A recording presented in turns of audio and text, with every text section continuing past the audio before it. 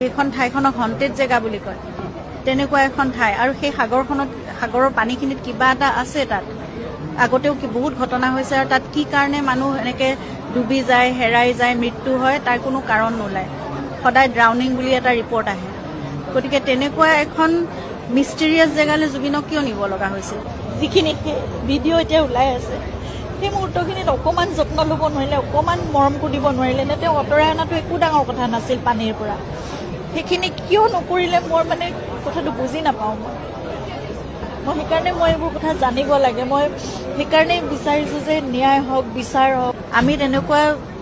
দ পানীত সাঁতুৰিবলৈ বা তেওঁ ভাগৰি যোৱালৈকে সাঁতুৰিবলৈ আমি কেতিয়াও তেনেকৈ নিদিওঁ সেইকণ যত্ন সেইকণ অকণমান চকু দিলেই হৈ যায় জুবিনক ইমান কঠিন একোৱেই নহয় তেওঁৰ লগতে অকণমান ফূৰ্তি কৰি আমি এতিয়া বেলেগ এটা কিবা কৰিম দেই বুলি তেওঁক ডাইভাৰ্ট কৰি লৈ আহিব পাৰি লাইফ জেকেট তেওঁ নিপিন্ধো বুলি যদি নিজেও ভাবিছে তেনেকে যাবলৈ দিয়াটো এটা কথা হ'ল নেকি সেইটো মানে মানুহে কেনেকৈ কৰিব পাৰে মই আৰু তাতে মই শুনিছোঁ সেই ঠাইখনলৈ যিটো লেজাৰাছ আইলেণ্ড এতিয়া মই নিজে ইণ্টাৰনেটত মই বহুত পঢ়ি চাইছোঁ যে লেজাৰাছ আইলেণ্ড আচলতে আগৰ ছিংগাপুৰৰ এখন কোৱাৰেণ্টাইন আৰু যিবোৰ মহামাৰী হৈছিল সেইসকল ৰোগীৰ কাৰণে সেইটো কোৱাৰেণ্টাইন স্পট আছিল আৰু তাত চিমেট্ৰি হিচাপে ইউজ কৰা হৈছিল